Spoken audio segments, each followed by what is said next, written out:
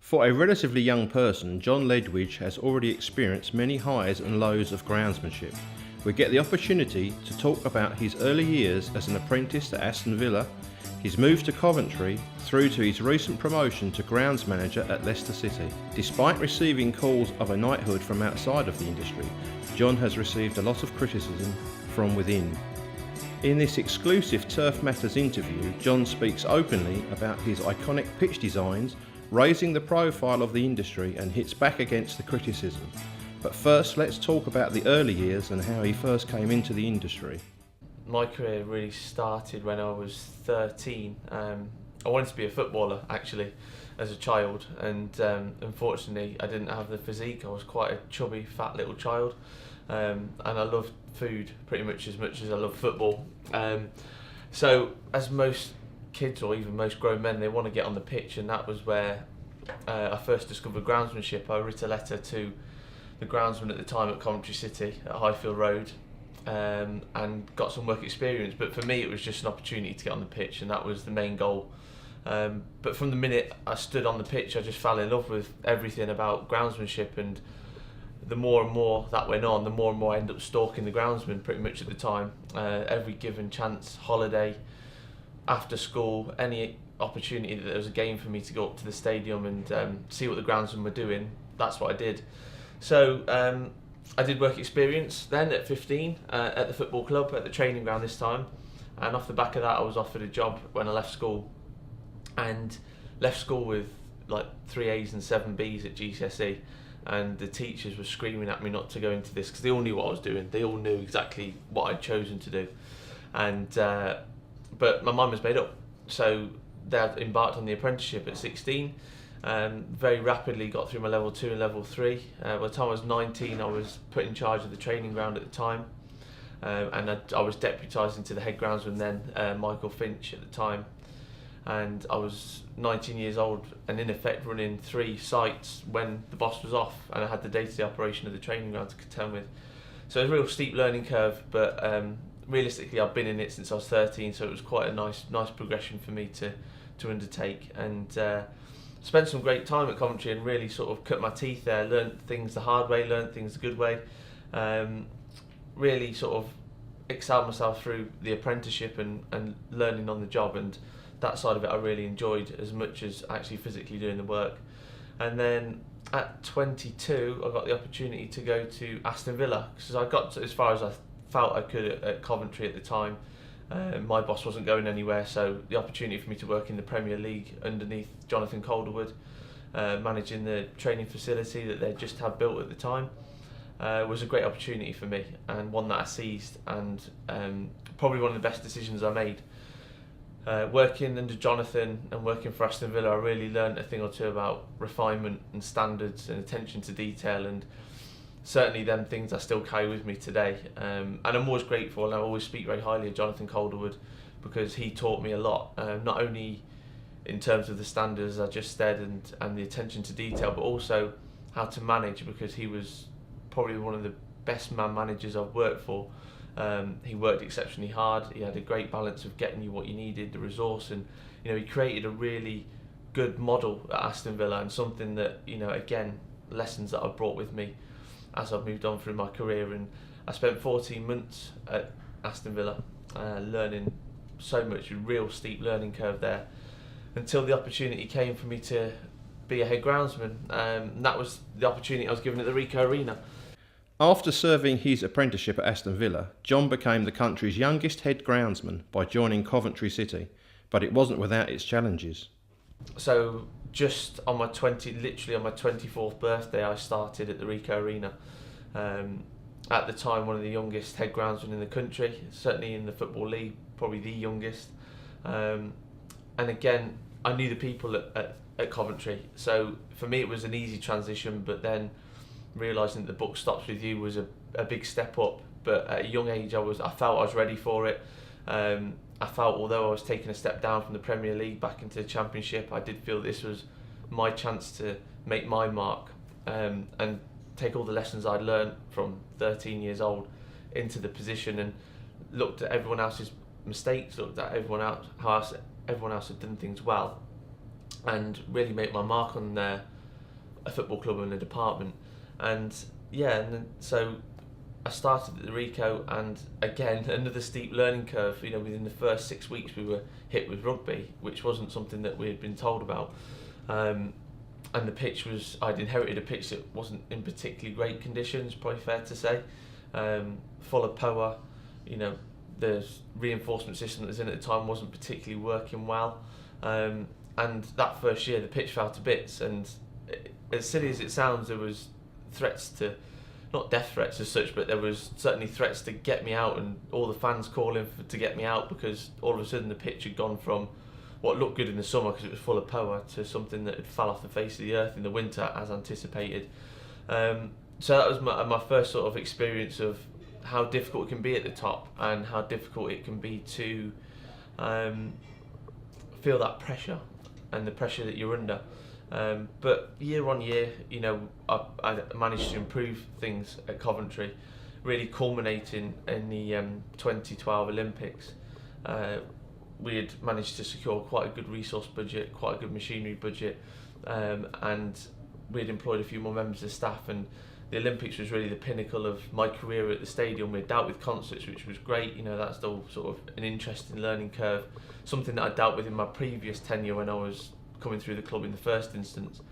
But to be in control of that process from start to finish, and understand the wider business model. Now, it really was where I cut my teeth in understanding business in football, because the commercial aspect of the pitch and what sits inside an arena was really apparent at Coventry. We were very multi-use, we were very multifunctional, and the owners of the arena at the time were really keen to push that as far as they could.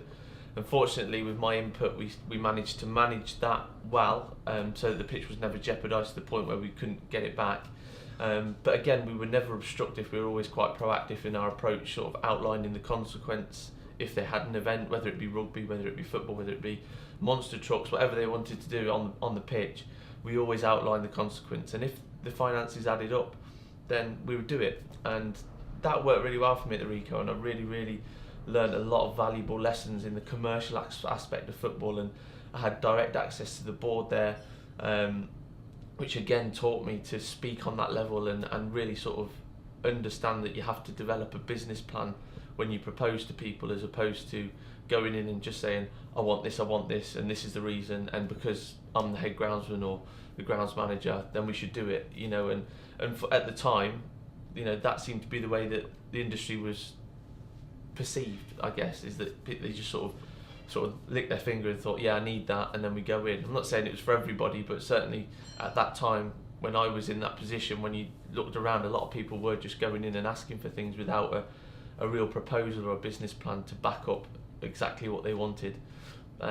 So amazing learning curve, real sort of insight into the whole operation of football, not just groundsmanship. It was more about everything: business aspect, finances, the commercial aspect of a football club, and the commercial value of a football pitch. And again, carried that with me here, and hopefully improved it as I moved to Leicester. After leaving Coventry City, John embarked on a new challenge by joining Leicester City. Against all odds, Leicester became Premier League champions 2 years later. While the players received most of the plaudits, has becoming champions had an impact on the grounds team? So towards the end of my time at the arena, I moved across to work for the actual Rico Arena itself, because as was highlighted in the press, Coventry City moved away from the stadium to play at Northampton. But I was employed by the Rico to manage the stadium and also a training facility where our academy were playing, in preparation hopefully for the football club to return. As it transpired, as we got to sort of July, August time, we knew it wasn't going to happen, so it left me in a bit of a predicament. And come December, we had maybe 2 or 3 games at the Rico that were corporate, so I needed a new challenge, and fortunately the job at Leicester came up. This was in January in the year they got promoted, so for me it was an ideal time. I didn't know we were going to be promoted, but it looked odds on when I joined in the January that they were going to be promoted to the Premier League. So a great opportunity, a career goal for me from a very young age was to be a head groundsman in the Premier League by the time I was 30. and at this point I was 28, so we were well on track, and we achieved promotion that year. And even in the short space of 4 or 5 months I was at the football club, I got a real good feel for how this place works. I had a lot of work to do when I came in. The pitches at the training ground needed a lot of investment. The club's remit really is that they want to improve standards. They didn't really know how to get to the point where they need to get to, and it was my job to guide them in the right direction. So in the first 6 weeks I was sat in front of 7 directors proposing my business plan to improve the pitches across the board. So I set out a 5-year plan to improve the pitches, not only the pitches themselves but the structure of the department, the resource in terms of machinery and budget, available budget to maintain the pitches, and really sort of went in and turned into a bit of a salesman, to be honest. And I think it's something that the modern day grounds manager has to turn into, because we have to sell ourselves, we have to sell our industry, and we also have to sell the fact that we're professionals about what we do. And when you set out a presentation and deliver it to directors, they have a very short window of opportunity to catch their attention. So you have to make it snappy, you have to make it to the point. And there's usually 2 things they want to know: is how much it's going to cost me and when do you want it. So I did sort of circle a lot of the presentation around that, and I walked out within the first at that first meeting with £1.2 million in my hand to improve the training ground. That for me was frightening, because I'd never in my wildest dreams imagined raising purchase orders for that sort of money. And that was only one part, that was a capital expenditure. We then further invested in machinery, we further invested in staff, and it really has been a building blocks. And over the course of the past 3 years, and I've been here 3 years in January, we have built a great structure in terms of department. All the staff are really well structured in terms of salaries, and we've got a real great balance of people within the department and a real solid team of people. Coupled with that, we've spent in excess of £3 million at the training ground to improve the pitches year on year. When I walked in, the 14 years they hadn't had any work done to them whatsoever, apart from the general maintenance and renovation works. So it really was a big challenge, and something that we've managed to achieve in 3. I'm exceptionally proud of that. I'm exceptionally proud of how far we've come, and I'm also exceptionally proud of how the professionalism of what we do has been embraced by the directors, embraced by the owners, and they all take a real common interest in what we do. Only 3 weeks ago we had a rake out on the pitch, which is something that we've never used before this season. So we were raking the pitch, and the owners, as you may have seen, land their helicopter in the middle of the pitch after every match. So we were raking and Hondaing up around that, and I stopped in order to let them walk to the helicopter. But because they're so interested in what we do, he waved me down, and then as I was waving down, he got me to explain what we were doing. So again, it's something I'm very proud of, that we've embraced what the club want and got on side with their expectations. We've met their expectations and hopefully exceeded them. And they've really took an interest in us, a vested interest in us, and that showed with the financial support from the board, the owners, and just the general interest around the club about what we do.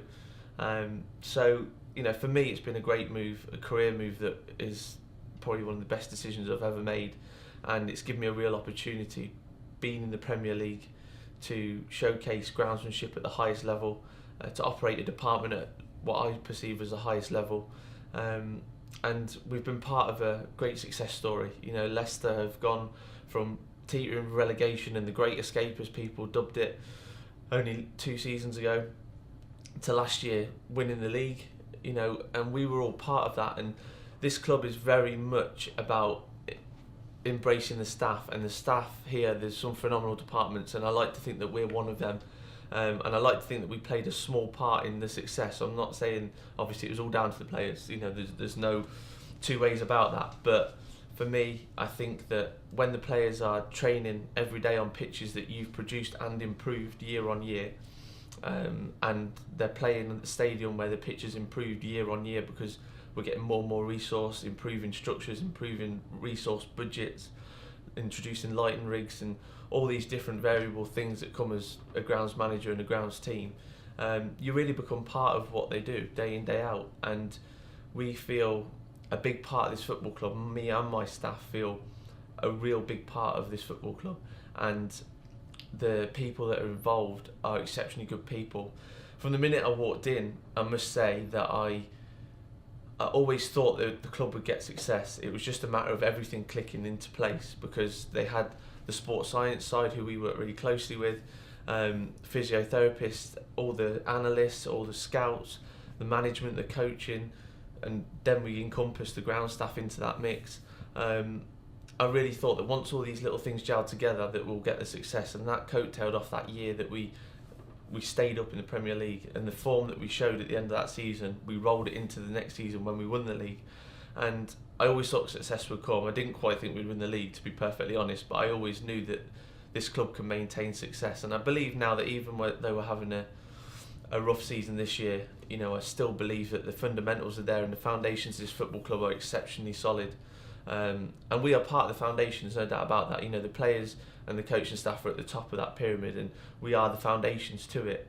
But we all feel just as important as everyone else, because the club make us feel that way. Not just by, they don't necessarily come and pat us on the back and say, oh, you're doing a great job, but what they do back us with is the resource and all the tools we need to do our job, and that to me shows that they're behind us 110%.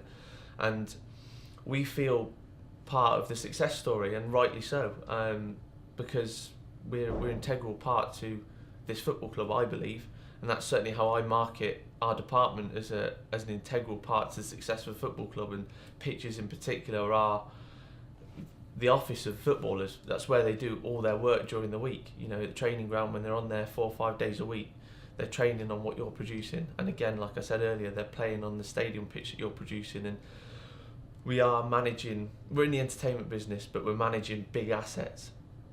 If you counted up the hundreds of millions of pounds worth of asset that we've got playing on our football pitches, that is some serious responsibility. But with the responsibility comes accountability, and we are accountable for every action of this department. And again, it always the foundations of professionalism and perceiving professionalism, and actually showing people that we are a professional outfit, we're a professional industry. And our record keeping, I believe, is unbelievable. You know, we go into great detail to record everything to ensure that we are accountable, but we can also show people what we do, and we can look back on our records and see what we did well, see what we did not so well, and make improvements. And it's all about the constant improvement cycle, and that really is about what my department's about. You know, no, it's not for everybody, and I understand that, and not everybody will do what we do. But what we do here for Leicester City, sat in our business model as a football club and not necessarily a multifunctional venue, the focus is on football, and that works really well for us. You know, as grounds managers and also as groundsmen, we should embrace the fact that, like I said, we are part of an entertainment industry, and there will be times where we need to adapt to change. And if you can be proactive with that, and as I said earlier, the lesson I learned at the RICO was to be proactive and outline the consequence. It can probably help you secure more resource, because if they have a concert, we might need a bit more resource, and that gives us more justification to go to the board with our cap in our hands and say, for this reason we need X, Y and Z piece of machinery or X, Y and Z members of staff. So we have to be adaptable and not obstructive, in my opinion, and that works sat in here. And if the club come to me tomorrow and said we need to be more multifunctional, we need to look at concerts in the summer, we need to look at big events in the summer or concerts in the winter, or whatever they come to me with, we'd find a way to make that work. You know, it might be changing the way that we manage the pitch, it might be changing the type of pitch we have out there, but as a grounds manager in a very amenable department, we will make the necessary changes to make it work for the football club. It won't come without a bit of a fight, don't get me wrong, because we always try and put our point across that pitch comes first, but you always have to be adaptable and understand that there is a wider business. It's not just about you and your pitch, it's about how much revenue the club can generate from different angles. And that really has rounded me into, you know, what I believe is someone that the club value a lot, respect a lot, and that, you know, in turn gives the respect to the department, and all the lads are respected from top to bottom here at Leicester City. And I believe that I've really enjoyed building that, and we are continuing to build it, and we will continue to build, and we'll probably never stop trying to improve things. So that's been a really important learning curve for me. The level of groundsmanship put into the King Power Stadium certainly matched the efforts of the team itself. In fact, John and his team's pitch designs and artistry week on week amazed fans and outside media the world over, but he has received some criticism from within the industry. For us, the pitch patterns really came about through, I've got a very creative team, and there's no way that I would ever obstruct that. But a lot of what we do is built on, as I said earlier, on a solid foundation, and the pitch is the same as that. You know, the pitch for us last year and this year has been in very good condition, and we wanted to almost highlight the skills that my boys have. And for me, really, I looked at it as an opportunity to really put groundsmanship on the map, because Leicester City were probably one of the most talked about football teams last year, with the success story, the underdog story, and all the different things that went with us winning the league. I thought, what a great opportunity for us to showcase not only ourselves as a grounds team, but groundsmanship in general. And the patterns, you know, it went crazy. I'm not going to lie, and they're not for everybody. And you know, sometimes they're not for me. Sometimes we just like to do the basics because it is time consuming. But the world over, we're talking about Leicester City, and in turn, the world over, we're talking about groundsmanship. And for me, as someone that's been heavily involved with the IOG from a very young age, been on the young board of directors, chairing the young board of directors, and still having an input into the IOG now, accommodating the IOG's and the young IOG's ideas and concepts of bringing stadiums into schools. For me, it was just an ideal opportunity, and one that I seized. And at the minute, I'm studying for a degree in business and management, and I've just not long finished a section on marketing. And again, for me, it's looking at the wider picture as opposed to being narrow-minded.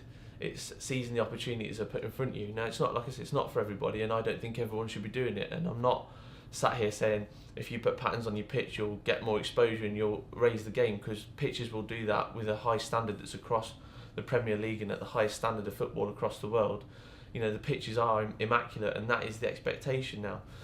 But certainly for me, it was an ideal opportunity to showcase what we can do, what groundsmanship is about, and in turn, hopefully, give the industry a little bit of a boost that it's definitely needed for a number of years. And I'm not saying that I'm at the forefront of that. I don't want to sit and take all the credit for that, but certainly for me and for my team, we thought it was an ideal opportunity to really showcase what groundsmen can do. And if it takes patterns for people like Lord Sugar to tweet about it, I've had numerous tweets and Facebook messages from across the world, from China, Japan, America, India. We've had people just talking to us about turf, you know, and what a great story that is. Yes, the football club achieved what they achieved, which was immense, but we were part of that, and we formed part of that. And what a lot of people were talking about was the pitch, and for me that was great. And some people, you know, as I said, it's not for everybody, and some people did throw a little bit of negativity at us, which, you know, I understand if you put yourself on that platform that you must take criticism as much as you must take the praise. But for me, the most surprising part was that it come from within our industry, and I will never name names, but it was a little bit soul destroying for my lads, because, you know, they put a lot of hard work and effort into it. It's not something that we just throw together. It's very well thought out, and everything that we do is planned here, as I said earlier. So for us to get negativity within our own industry, it was a little bit of a kick in the teeth, to be honest. But, you know, as I said to the boys, I wouldn't want them to rise to it. I don't want them to react to it. I want us just to keep doing what we're doing, you know. And if people want to throw negativity, then that's unfortunately the platform and the level that we work at now. But certainly within the industry, it was quite disappointing to get that. But we dust ourselves off and we carry on, and we wouldn't let it change what we're doing, because we believe it's working for us. And as I'll say time and time again, it isn't for everybody, and I'm not here saying that everybody should be doing it. But what I'm saying is it worked for us, and if the response that I've got from around the world is anything to go by, it's done its job. We've done our job, and we've really helped improve the perception of groundsmanship, I believe, across the world. And for example, if someone come to me and said, oh well, now I'm under pressure from my management to put a pattern on my pitches, and we haven't got this and we haven't got that, Whereas someone that's negative will see that as a bad thing. Someone who maybe has a bit more of a positive outlook will see that as an opportunity for them to go back to their directors or their board and say, well, if you want us to achieve what Leicester have achieved, then I need more resource, or I need more staff.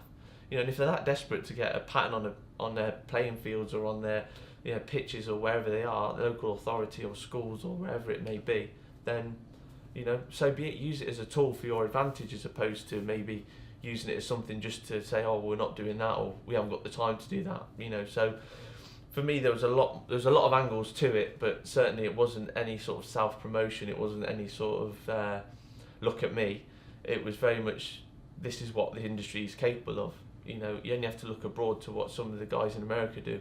They're drawing pictures in their pitches, and it gets people talking. And controversy gets people talking. And I'm not really a controversial type of character. I like to think that I hold myself relatively well within the industry, and when I'm talking about the industry, but all these things get people talking, and it hopefully got people talking for the right reasons for the most part last year.